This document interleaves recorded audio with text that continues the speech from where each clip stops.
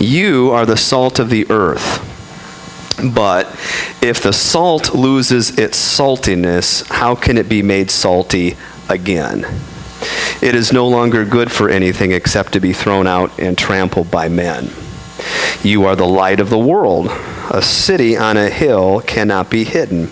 Neither do people light a lamp and put it under a bowl. Instead, they put it on its stand, and it gives light to everyone in the house. In the same way, let your light shine before men, that they may see your good deeds and praise your Father in heaven. Do not think that I have come to abolish the law or the prophets. I have not come to abolish them, but to fulfill them. I tell you the truth, until heaven and earth disappear, not the smallest letter, not the least stroke of a pen will by any means disappear from the law until everything is accomplished. Anyone who breaks one of the least of these commandments and teaches others to do the same will be called least in the kingdom of heaven. Notice we still get into heaven. It's kind of interesting.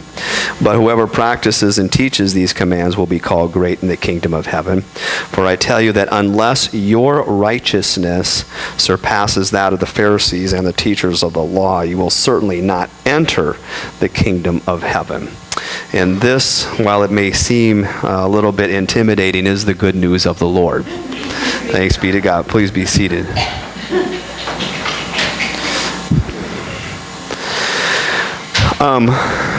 Last week, we started with chapter 5 of Matthew, and I said last week that if you're going to understand the full impact, you really need to take chapters 5, 6, and 7 as one big piece, and not piecemeal it, because it's very hard to make sense of it if you piecemeal it. Taken in its context, it makes more sense. And really, it's the beginning of his ministry.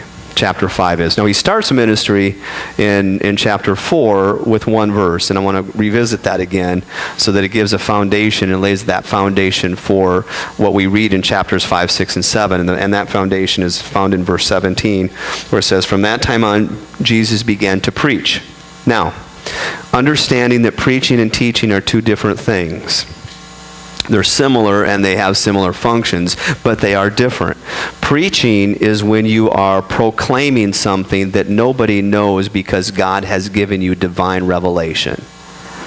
Okay, in the Old Testament, that preaching was done by the prophets, because prophets were those people that were specifically designated and dedicated their lives to seeking the will of God, and in so doing, once they were given certain revelations, generally through visions and inspirational dreams and things of that nature, they would then share them with people, and they would preach. That's preaching. We kind of have a negative in our culture term. We understand preaching in our culture anyways to be somewhat judgmental.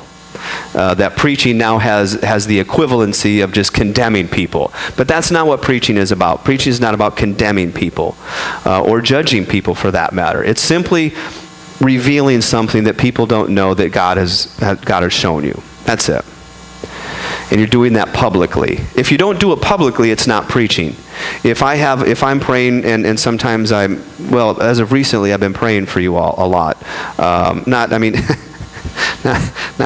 Not because oh God, you guys really need it. I don't mean it that way. What I mean is that as God continues to build us together in love, He will show us and reveal to us how to pray for each other. That's how you do that. If you have children and you're praying for your children, God will teach you how to do that.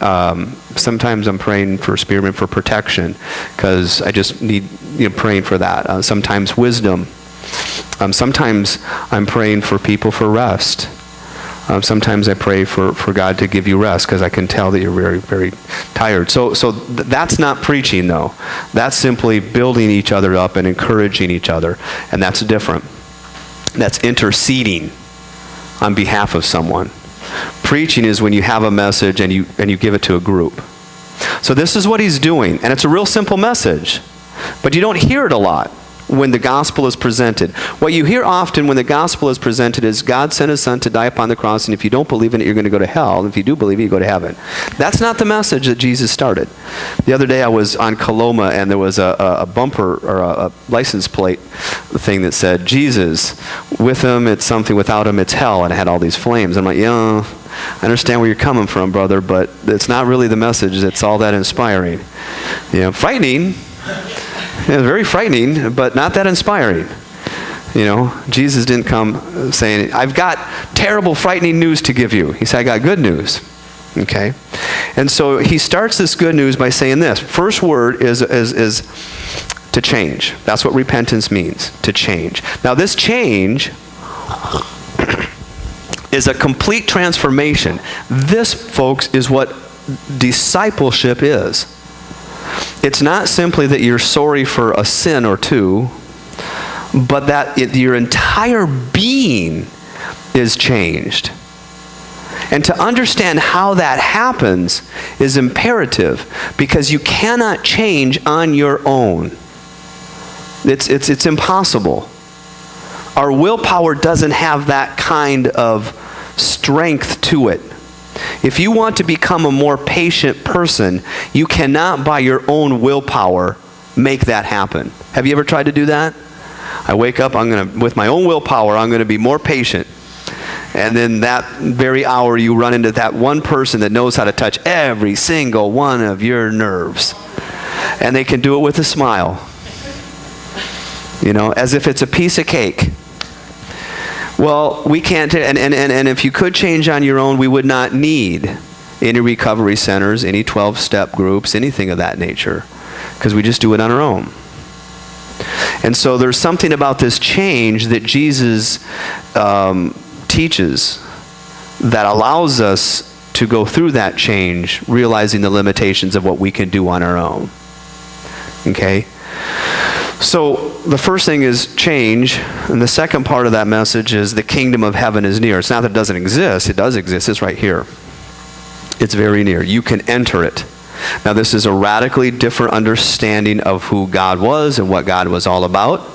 And even today we have somewhat of that continued residue, if you will, of understanding of God, where it's God is over there and I'm here. And somehow it's hard for me to get to God. And the temple is a great example of this, whereas you enter the temple and there's the priest and you can't even go to that area of the temple. That's why people will literally act differently up here than they do in there. Because God is more here, less there. Have you never noticed that? You'll have some guy or woman or whatever out on the lawnmower. I'm not making, whatever, but let's say you're mowing some and you just clip one of the sprinkler heads. Blankety blank, blank, blank. But then you come into the church and I don't want to swear in front of God. Right? And that's just a psychological thing. It's not true, because God is everywhere. But that's how we've kind of constructed it. And so what Jesus is saying is radically different. God is with us 24/7. And that is a challenge, because as human beings, relationships are a lot of work. Have you noticed that? Yes. And the closer you are to someone, the more work they are. Have you noticed that? Yes. It's wonderful to be your friend, but you can't move into my house. I'll start to hate you soon. Because the closer we are, the more intimate we are, the more we're going to, like porcupines, start poking each other.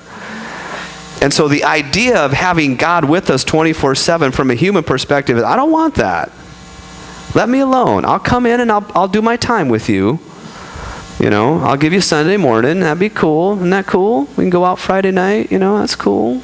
But I don't want to do more than that, because I got my own life to live. And human experience in terms of being in relationships, you ever need a break from someone? Yeah, that's our common thing. Man, I just need a break. I got to get away. So this idea that God will be with us can kind of be something that intimidates us, actually, in reality. Now, last week we looked at the beginning of the teaching about the kingdom. Jesus is preaching, revealing something that he says is true, and now he starts to teach about it so that you can actually experience what he's experiencing. Okay? So this is important. And he starts it off by saying, blessed.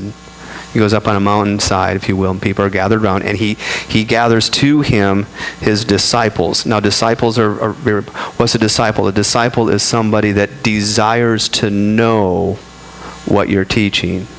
They want to change. They want to know. And they're involved in this process.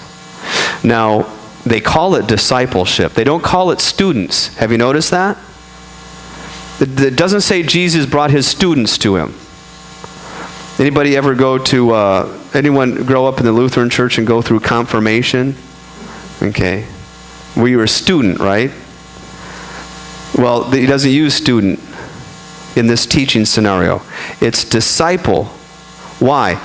Because it builds on the term discipline. What's a discipline?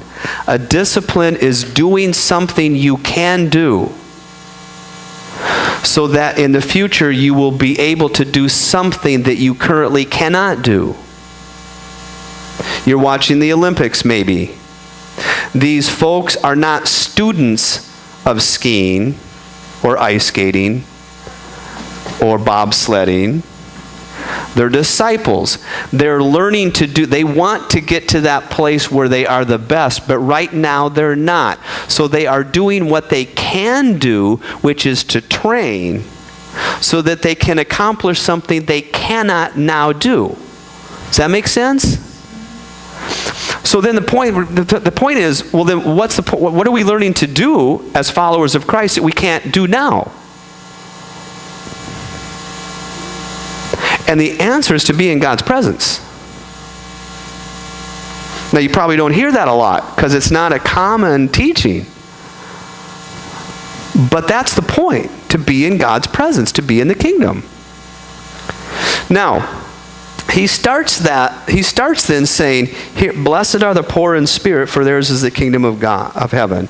Blessed are those who mourn, for they will be comforted. Blessed are the meek. Now, if you don't understand what Jesus is talking about, it can appear as if he's saying, if you're poor, you're blessed. That's not what he's saying. How many people feel poor when they're or feel blessed when they're poor? Isn't that a great feeling to be poor? No, it doesn't feel good. It doesn't feel good at all. And it doesn't feel blessed.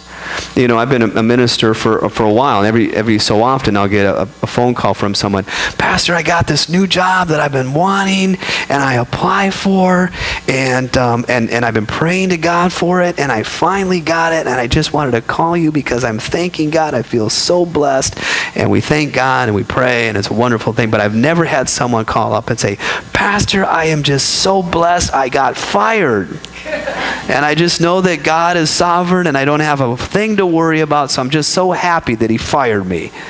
And it's never happened. I'm waiting for it to happen. It never happened.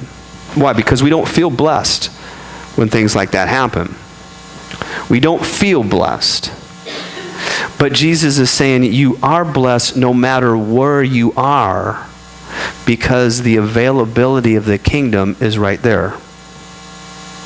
You're always blessed no matter what your circumstance, because the availability of the kingdom makes the experience an opportunity where you can still come into God's kingdom. And that's a radically different understanding of what it means to be blessed. You know, there's been a gentleman that's been coming to the church every so often. His name is Preston. And Preston comes in, and he's a homeless guy, and he comes in, nice guy. And but you know, when people show up at the door, your tendency is to kind of size them and see what angle they're coming from. Not necessarily being mean, but you just want to know where they're coming from. And last Friday, we had a singer-songwriter contest come in, and Preston showed up, and it was just a joy to be in his presence.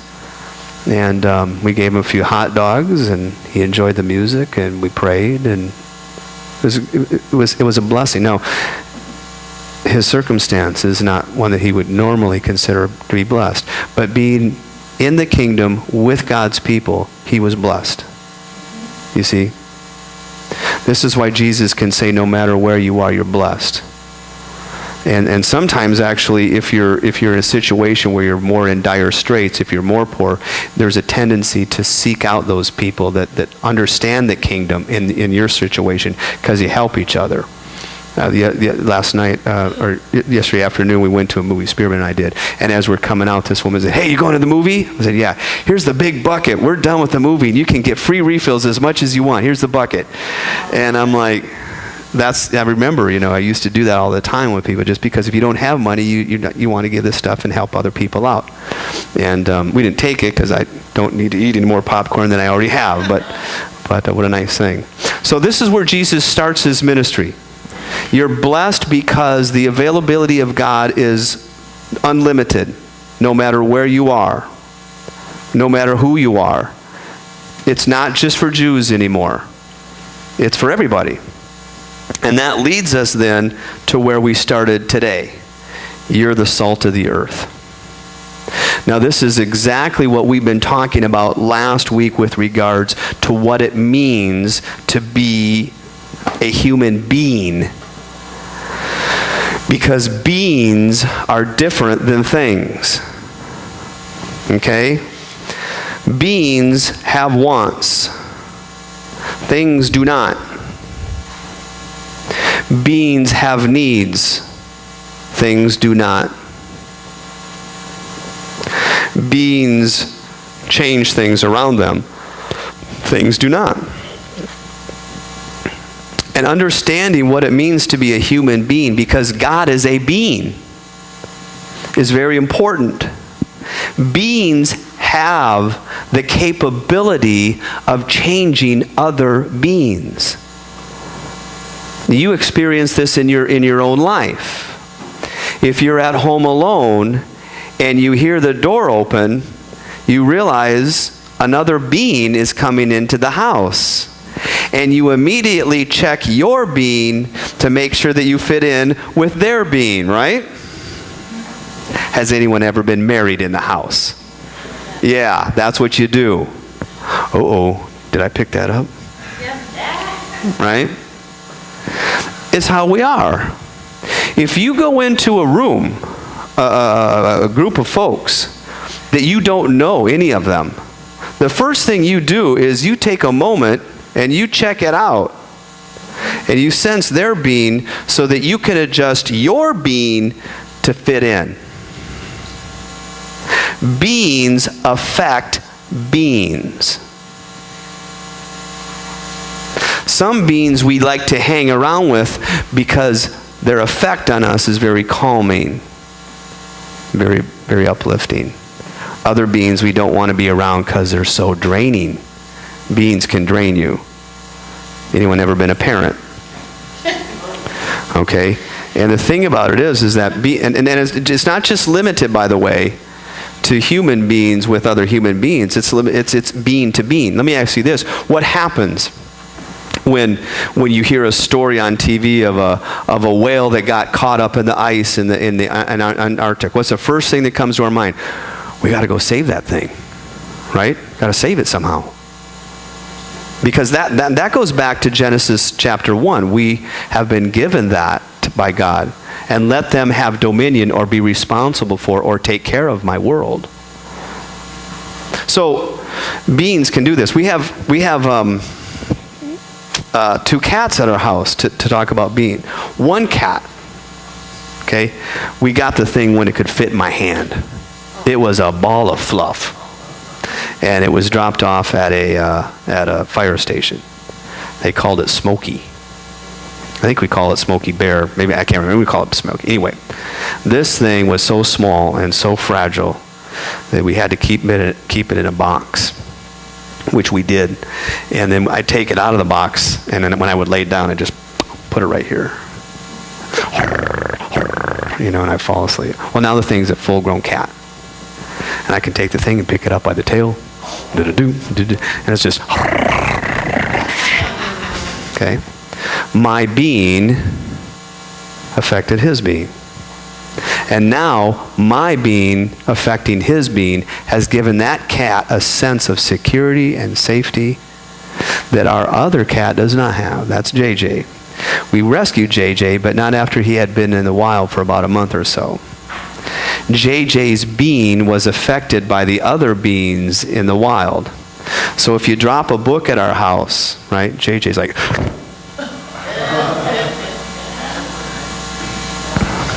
naturally, doesn't think about it, naturally, his being has been affected. Now, the more and more he's at our house, our being affects him, and so he's changing. But beings affect beings.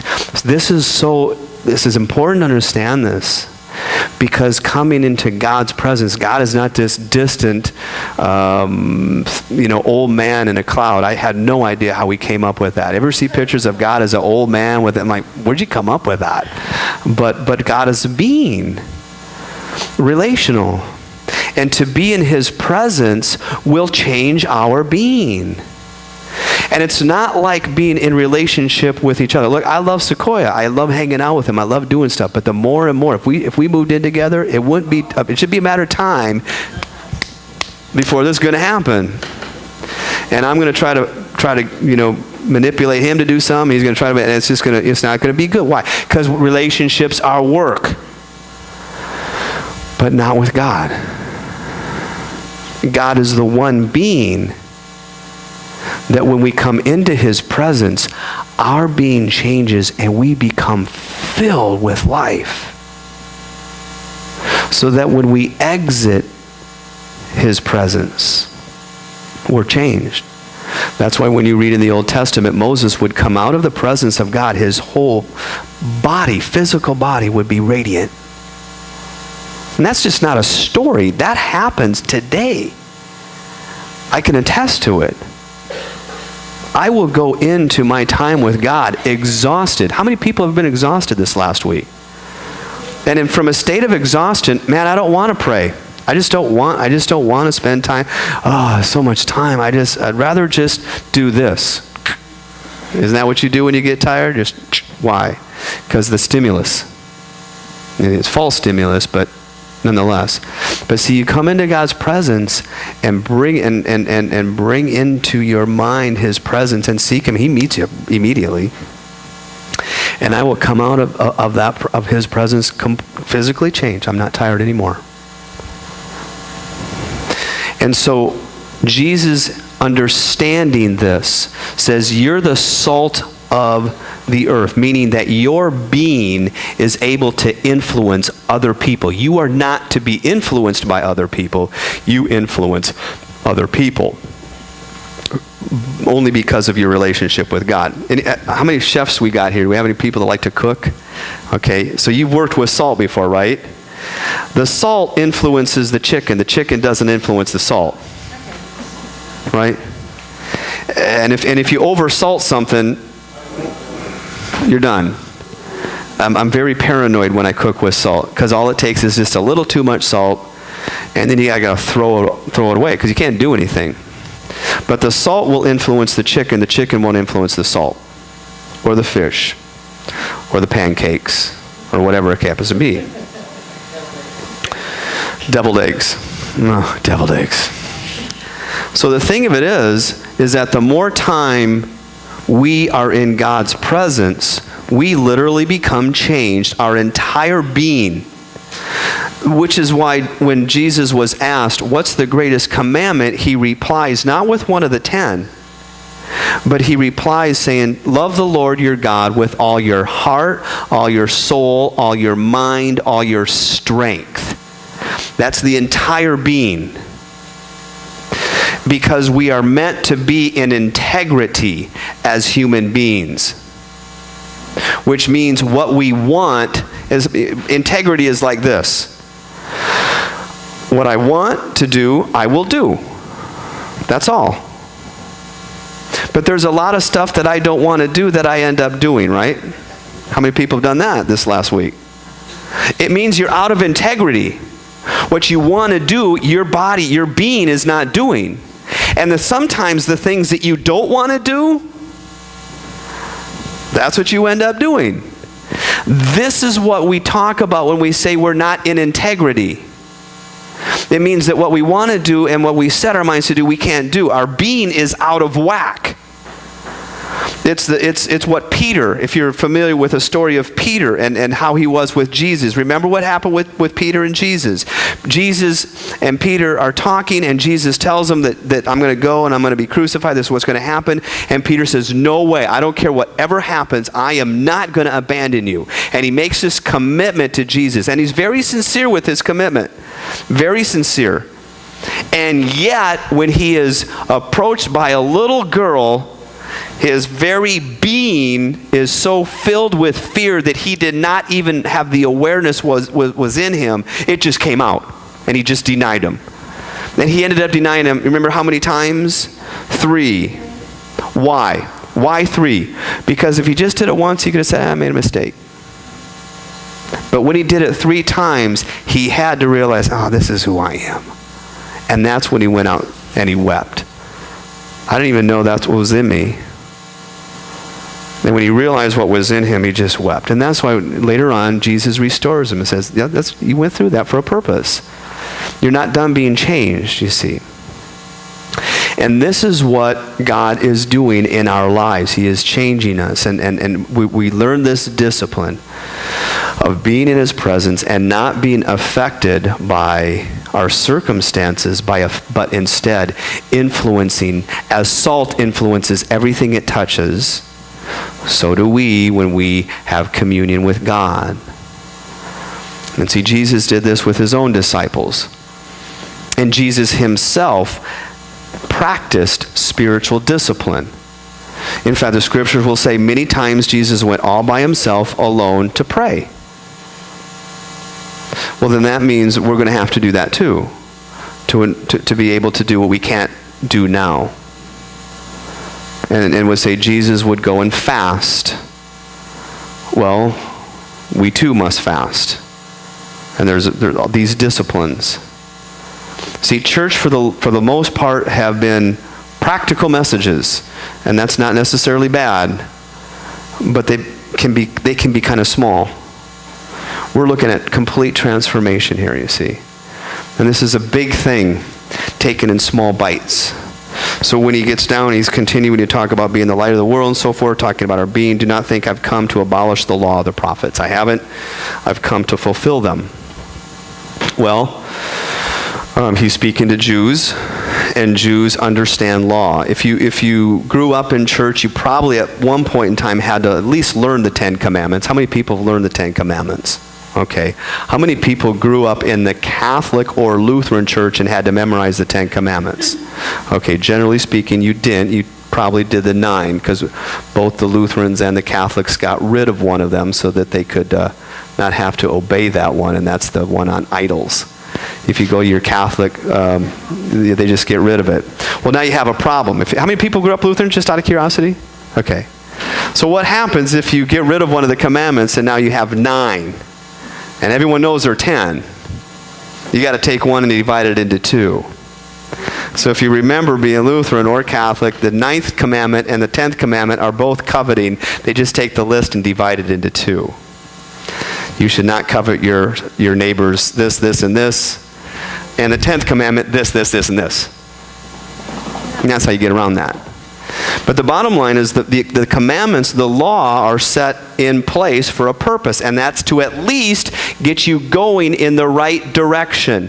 So for example, again, going back to if you have kids or if you worked with kids, you have little kids, they don't know what's right or wrong yet. So when Johnny has a toy that Timmy wants, Timmy just takes it away. And then Johnny gets mad. And what does Johnny do? Pow! And then Timmy gets mad. And so what do? You go up and you say, hey, you should not do that. Don't ever take that toy away, and don't hit another person. Maybe you slam on the wrist or something. You are a bad person if you hit another person. You sit in the corner and take a time out, and you teach him. You enforce the law.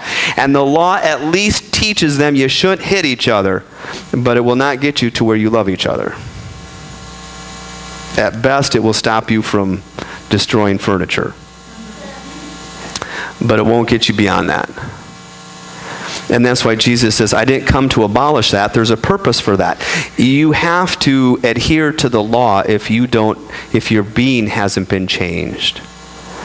And see, in Christianity right now, those people that tend to be more legalistic, they're just simply not mature enough yet.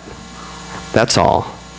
They're not bad, they're just immature, and they haven't understood or been changed yet, and so they have to rely on the law. It's no different than our relationships that we have with friends. If we don't know how to be friends, we'll use the law to become friends. Well, last Tuesday I invited you out for dinner. How come you're not inviting me out to dinner? That kind of friendship. That's not a friendship. But if that's the only way you know how to do it, then you're stuck there, you see. So Jesus says, I didn't come to abolish any of that stuff. I came to fulfill it, meaning the purpose of the law is to get you there. It can at least point you in the right direction, but I'll get you there because I'll teach you how to live in the presence of God. And if you literally live in the presence of God, it will change you to the extent of your entire being that you will love simply as a result of your nature. That's why Jesus can call it fruit. It's the fruit of the Spirit. You don't have to work, you see, when you're in God's presence. And when you take God's presence with you, because the very presence of God empowers you to do what you can't do in the physical on your own, allows you to love people in ways that, you see, if you can't trust God, then you're going to have to manipulate people, other people, to get what you need. And this is all part of what's taking place in chapter 5, 6, etc. We're not going to get into it now, but when we'll continue on in following Sundays. He's going to talk about anger, and Jesus even says, "You heard it long ago said to people, don't murder." Now that's a good law, right? It stops people from killing people, kind of. We still have people killing people, but when you have punishment, it tends to thwart that a bit. But then he goes on to say, I'll tell you this, anyone's angry with his brother is subject to judgment. Anger? How many of you, anyone been angry this last week? Well, you're all going to hell, so there. At least I'm the one person that hasn't been angry. Well, no. Well, that's pretty hard to. What are you talking about, anger? Well, you see, if you don't trust God, and this is where Jesus has to teach us about God, because it's in our nature to look at the world around us, be influenced by the world around us, and believe, literally in our body and in our being, that God is not trustworthy. That's why we worry. That's the only reason we worry, is because in our being we feel we have to. Otherwise, God's not going to take care of it. It's no different than in chapter 3 of Genesis. It's the original belief that God is not trustworthy, He's not good, He's not capable, He doesn't have your back, and you is on your own. And if you feel that you're on your own, that God is not with you, then you take matters into your own hands and you end up trying to force people and manipulate people, and you get angry when they don't do what you want them to do. Because you can't trust God, you see. So you have to take matters into your own hands. And so we spend our lives constantly worrying about, and Jesus addresses this because it's just a common state of human affairs. And check out he'll say, check out the fields. You see how naturally they grow? Your Father loves them, and He loves you much more than that. You don't have to worry about your life. You just don't have to. Well, if you're going to try to use the power of your will to not worry, that's not going to work. You ever try to do that? Oh man, I'm worried about my life. Jesus says I'm not going to worry, therefore I'm just going to exert my will, and I'm no longer going to worry. I'm not going to worry. Oh, it's not working. Well, if it does, okay, so I can't do it by my own will. You know what I can do? I can get at least distracted. Chick. Great, 3 hours of TV. Now I don't have to think about anything. In fact, you know what I'll call it? Just like when you're in a coma and you're in a vegetative state, I'll just call it vegging out. And that's what we call it. So we don't have to think. That's why we watch TV sometimes. Not me. I like Walking Dead and really good programming. But there are bad programs out there, right? You know, by the way, it's on tonight at 9 o'clock. Proud sponsor of Grace Lutheran Church. Anyway, but that's why I want you. And if that doesn't work, then we have to go to more extremes, and we start taking drugs. Man, I need a couple beers just to take the worry off. And if that stops happening, then I need more. But see, all of this is a way of trying to deal with our condition because we can't trust God. But if we spend time in God's presence, His very presence will change us in ways that our willpower cannot. Does that make sense? So the more time we spend in His presence, He changes us so that we can then live without having to be solely responsible for everything, in a state of trust. And when we can completely trust. See, that's the thing. I can see this at my house. My cat completely trusts us. Guess who's the most affectionate cat in our house? That cat. He'll be laying on the bed, and all of a sudden,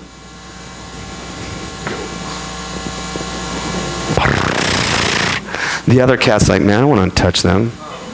I hope they feed me today, but that's I don't trust them. What was that? That's how it is, right? And that's why the more and more we practice being in God's presence, in Bible, in fellowship, in solitude. I cannot stress that. In meditation, etc. Sunday morning is not enough. It's just not enough. It's like saying, I want to be married and raise a family, and I'll have one meal with my spouse, and the rest of the week I'm going to be on the road.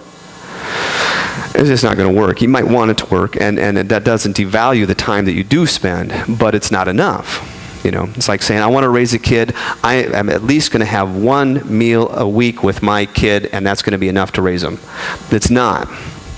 It demands more time. That's how we are as beings, you see. And as parents, we protect our children from other beings that would influence them negatively. See?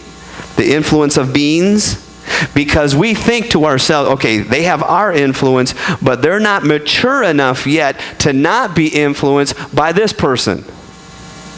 And that maturity does not have to do so much with chronological age as it does development. Because you can have 45-year-old people easily influenced by other people just as a third grader can. Well, what are you wearing? What are you wearing to the party? What are you wearing to the party? What are you wearing to the party? Have to fit in. Now, some of that's just socialization, but you can certainly get there. And this is why when we we should be able to go into any public place and not have a care in the world what other people think about us, because our connection is with God and so forth. So it goes into every aspect of our life. It's not religion, it's a complete life transformation is what it is. And that's why Jesus can compare the kingdom of God to leaven, which is something you work into the dough, and it works through the entire part of the dough to change the dough into being something that is quite delicious, actually. Okay, any questions? I am ending this from now on with questions. I know that some of you take notes. In fact, some of you even have purchased journals and notepads, Kathleen, which is really neat. So if you have questions, I'll take them. If you don't have questions, I assume that you have absorbed and you know everything that I've taught, and there will be a test next Sunday. No, it's not. Any questions? Making sense? Okay, let's pray.